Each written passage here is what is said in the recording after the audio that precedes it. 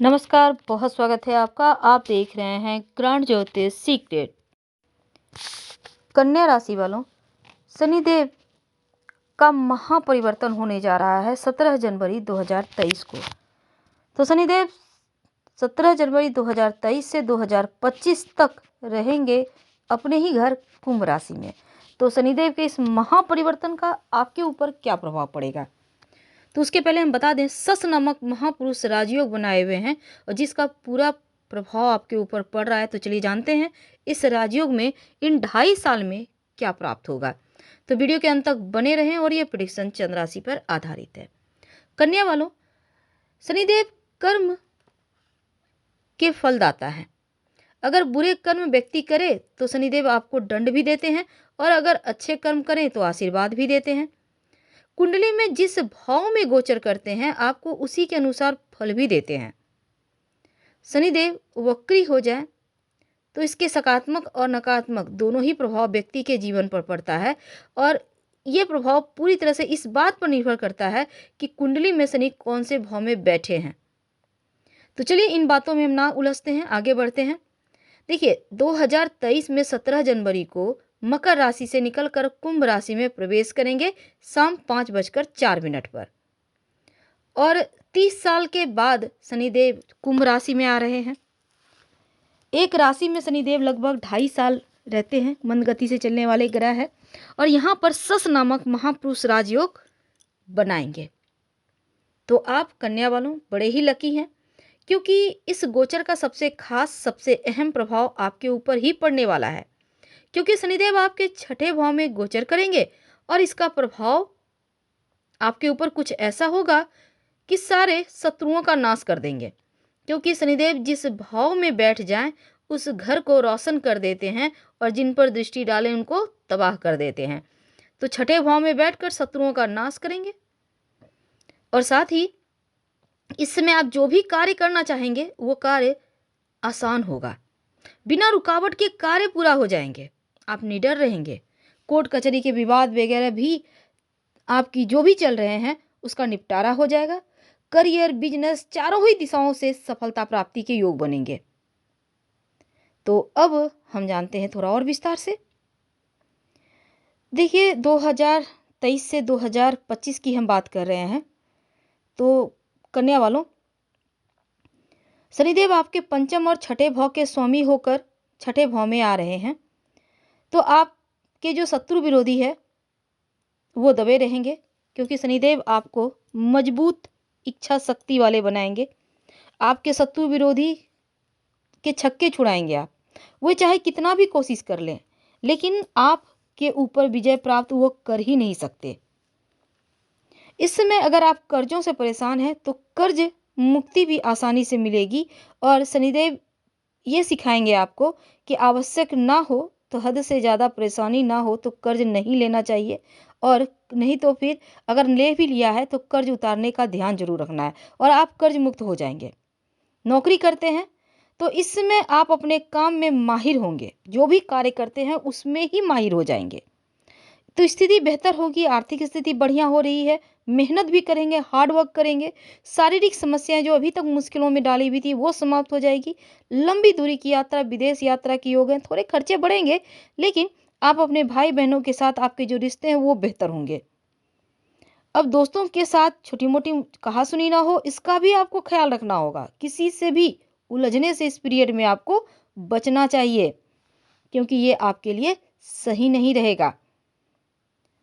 तो कन्या वालों, शनि पंचम 6ठे भाव के स्वामी हैं। 6ठे भाव में बैठकर शनिदेव की दृष्टि आपके अष्टम भाव पर, 12वें भाव पर और तीसरे भाव पर होगा। तो शनिदेव की कृपा से कन्या वालों नौकरी में उन्नति तो होगी, साथ ही किसी बड़ी कंपनी से नौकरी का ऑफर भी मिल सकता है आपको। और शनिदेव के इस गोचर से आपके जो शत्रु हैं ना, वो उनका नाश हो जाएगा। जो लोग आपके खिलाफ साजिश रच रहे थे वो बेनकाब हो जाएंगे। सालों से चली आ रही बीमारियां समाप्त होगी। राजनीति से जुड़े हैं तो मेहनत का फल मिलेगा, आपकी वाणी का वेट बढ़ेगा। इस समय अगर आप कोई यात्रा करते हैं नौकरी व्यापार से रिलेटेड तो उसमें भी आपको सफलता प्राप्त होगी।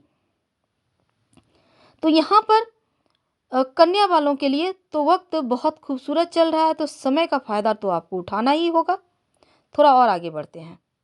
देखिए कन्या वालों, आपके ऊपर ना तो साढ़े साती है ना ढैया, ठीक है।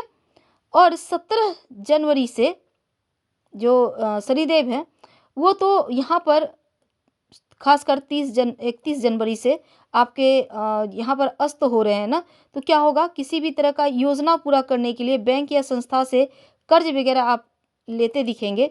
हालांकि इस पीरियड में थोड़ा सा आपको ध्यान भी रखना है, क्योंकि 30 जनवरी से 30 जनवरी की रात देर रात या 31 जनवरी से 6 मार्च तक आपके छठे भाव में ही अस्त हो रहे हैं और फिर यहाँ से निकलकर उनका उदय होगा।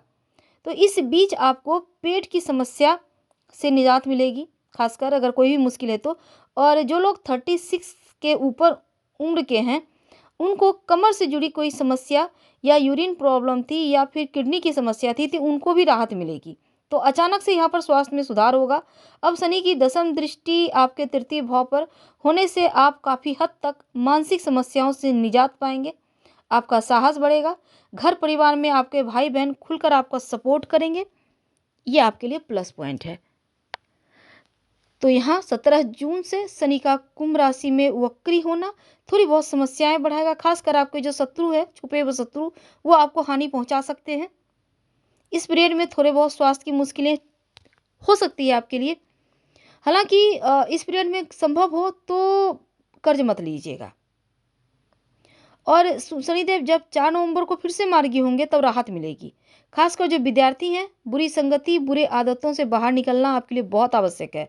और जो लोग घर से दूर जाकर, विदेश जाकर पढ़ाई लिखाई करना चाहते हैं या फिर व्यापार करना चाहते हैं, नौकरी करना चाहते हैं, उनके लिए बहुत अच्छा है, क्योंकि उनकी सप्तम दृष्टि के कारण नवंबर दिसंबर में सकारात्मक परिणाम मिलने की संभावना बढ़ी हुई रहेगी यहाँ पर।